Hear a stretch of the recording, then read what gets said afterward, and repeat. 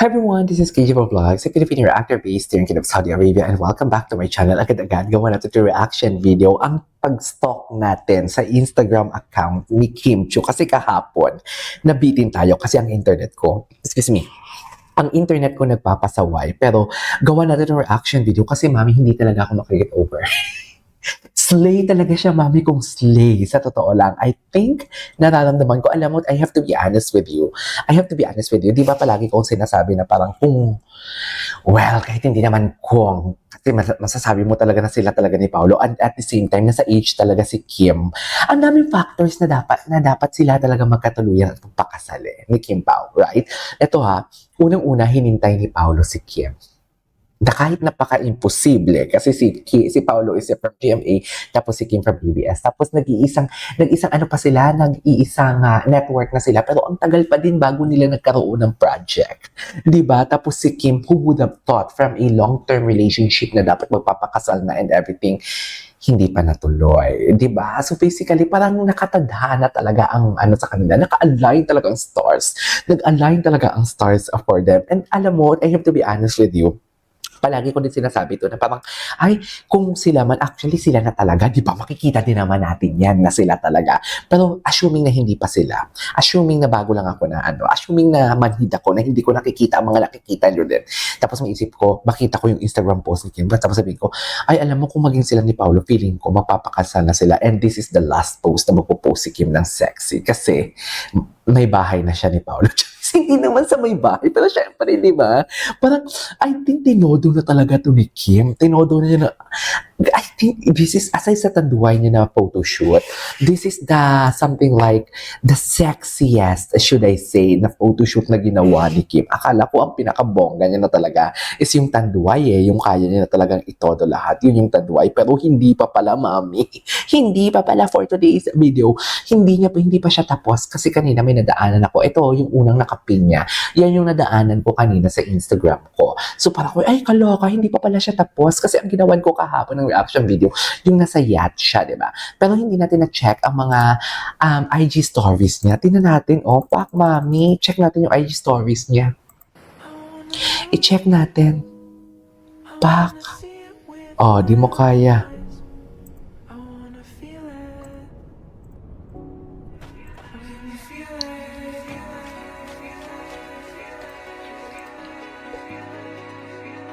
Diba? Ganyan ba talaga dapat, ma'am? Pak! Loko. Ganda ng shot! Ang galing, alam mo, Kim, kailangan mong taasan yung yung, what do you call this? Kailangan niyang taasan yung sweldo ng kanyang videographer. Ang kanyang vedjo. Ganon. Kailangan niya talagang taasan, mami. Diba? Kailangan niya talagang taasan.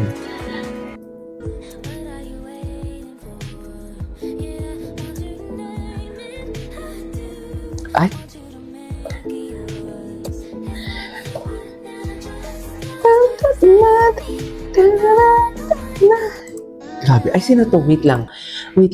Salamat sa pag-drive ng araw na to kahit emotional ka. Bakit kaya? Bella made sure that I'm well pampered before my wedding day. Emotional? Bakit siya emotional? Singles ba? Nag-break ba siya dito?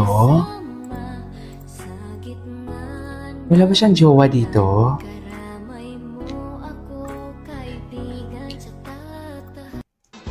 Okay. Si Bella, yung mga friends niya. Happy birthday, Kim! Okay, nabasa ko na 29 pala talaga ang birthday niya, no?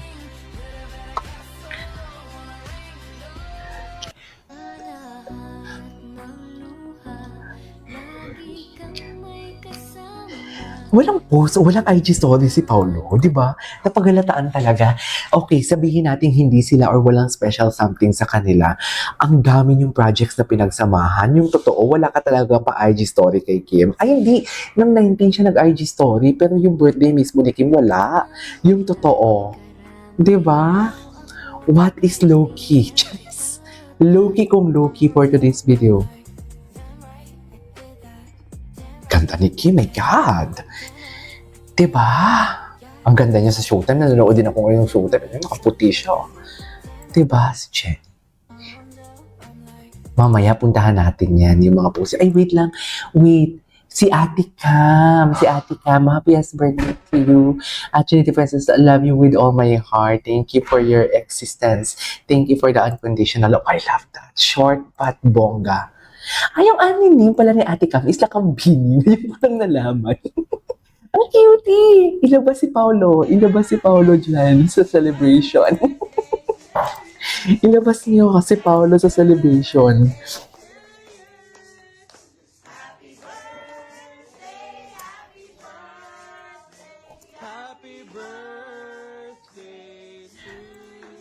I love it. Ilabas niyo dyan si Paolo.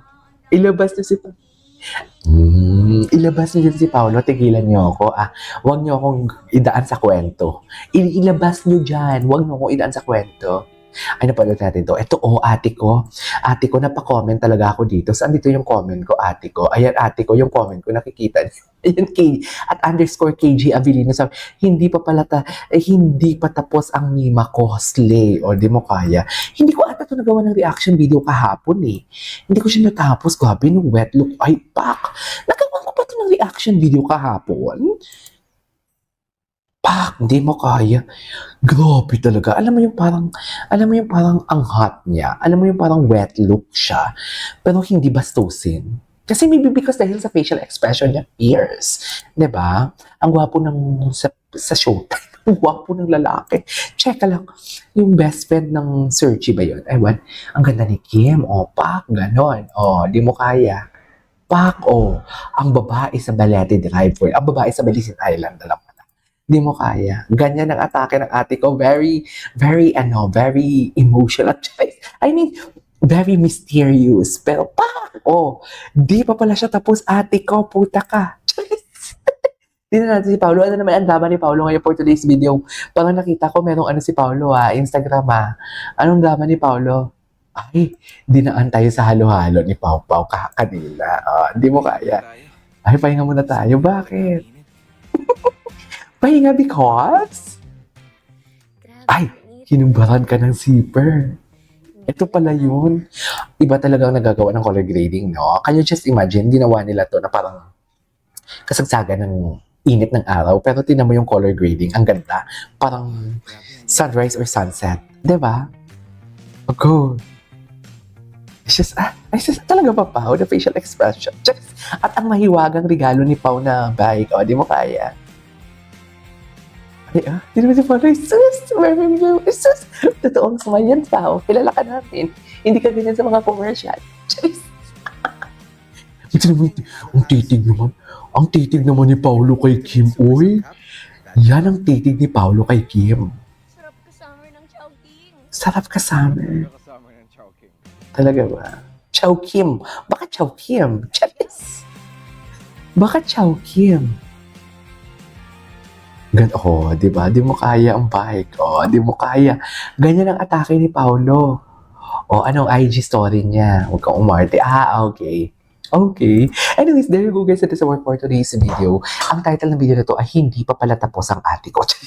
This is KJ Vlogs and see you on my next vlog. Bye!